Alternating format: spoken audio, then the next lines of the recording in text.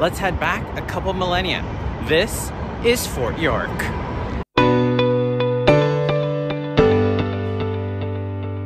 Hey travelers, welcome back to the channel. In this video, we're exploring Fort York, a historical site of the War of 1812. Let's get into it. Fort York is an early 19th century military fortification in the Fort York neighborhood of Toronto, Canada. The fort was used to house members of the British and Canadian militaries and to defend the entrance of the Toronto Harbour. The fort features stone-lined earthwork walls and 8 historical buildings within them, including 2 blockhouses. The fort forms a part of Fort York National Historic Site, a 16.6 hectare or 41-acre site that includes the fort, garrison commons, military cemeteries, and a visitor center. In the early 1790s, John Graves Simcoe, the Lieutenant Governor of Upper Canada, began to consider building a fort in Toronto. As part of a larger effort to reposition isolated British garrisons in the U.S. Northwest Territory near the Canadian and U.S. border to a more centralized position and to vacate British forces from the U.S. territory in an attempt to reduce tension with the Americans. The British first examined Toronto as a potential settlement and military site during the 1780s. Although a permanent military presence was not established in Toronto until 1793, during a period when the Anglo-American relations had deteriorated. The fort originated from a garrison established by John Graves Simcoe in 1793. Anglo-American traditions resulted in the fort to be further fortified and designed as an official British Army post in 1798. The original fort was designed by American forces following the Battle of York in April of 1813. Work to rebuild the fort began later in 1813 over the remains of the old fort and was completed in 1815. The rebuilt fort served as a military hospital for the remainder of the War of 1812. Although it briefly saw action against the American naval vessels in August of 1814. After the war, the fort continued to be used by British Army and the Canadian military, even after newer fortifications were erected west of Fort York in 1840s. In 1870, the property was formally transferred to the Canadian military. The municipal government assumed ownership of the fort in 1909, although the Canadian military continued to make use of the fort until the end of the Second World War. The fort and its surrounding area were designed as a National Historic Site of Canada in 1923. The fort was restored to its early 19th century configuration in 1934 and reopened as a museum of the War of 1812 and military life in the 19th century of Canada. Are you enjoying these tours of Toronto and the area, and maybe some more to come? Well, why don't you head down below and hit that subscribe button, because 80% of you watching these aren't subscribed. I have so many more ideas for tours, but why don't you let me know down in the description of some other places you'd like me to show you. The name Fort York is a retroism, with the fortification initially called the Garrison at York, or the Fort at York, the two latter taking its name from the statement, the fort protected. Now let's take a walk through the visitor center of Fort York.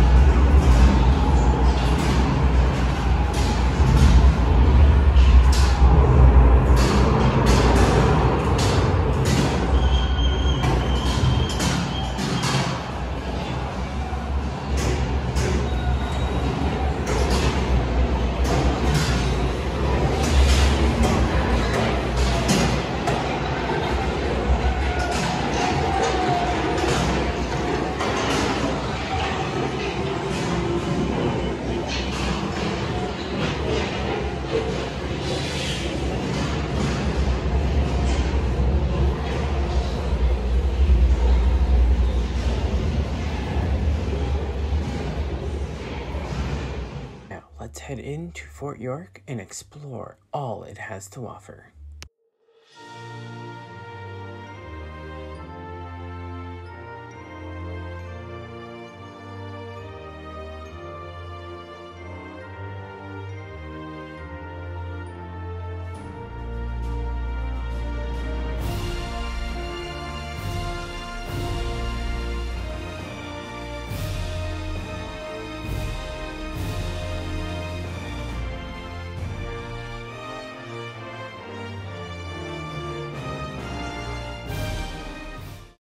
The North and South Soldiers' Barracks originally housed 100 people each, soldiers and often their wives and children. As Army life improved during the 19th century, fewer people lived in the buildings.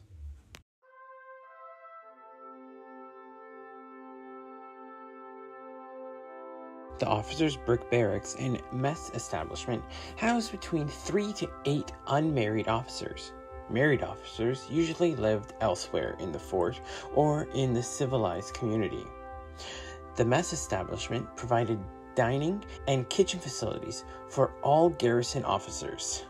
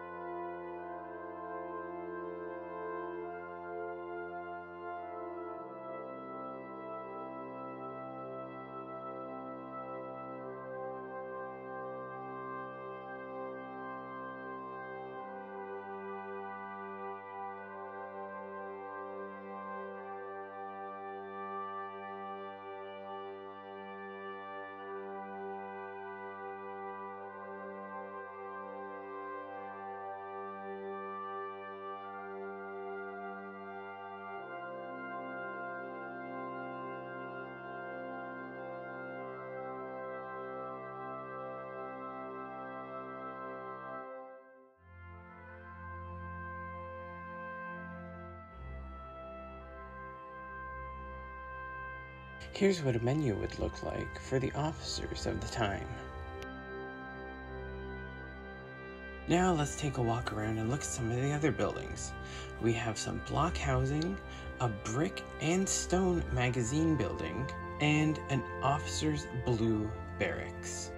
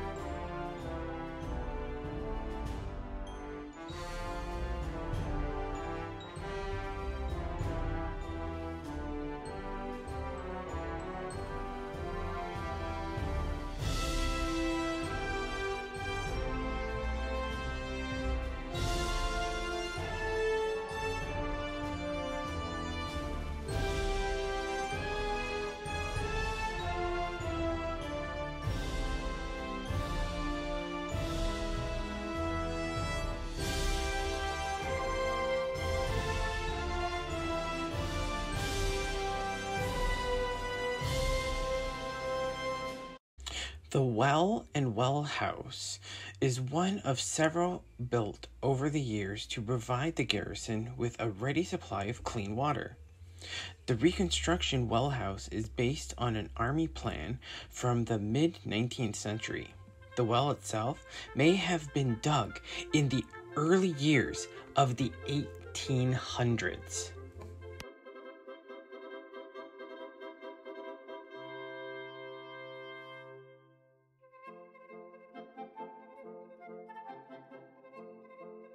The west wall dates originally from the late 1812s and was associated with the earlier Fort York, located east of today's site. It was incorporated later into the enclosed, rebuilt fort of 1813 to 1816. It originally protected the fort, government house, and grand magazine from enemy assaults from the west.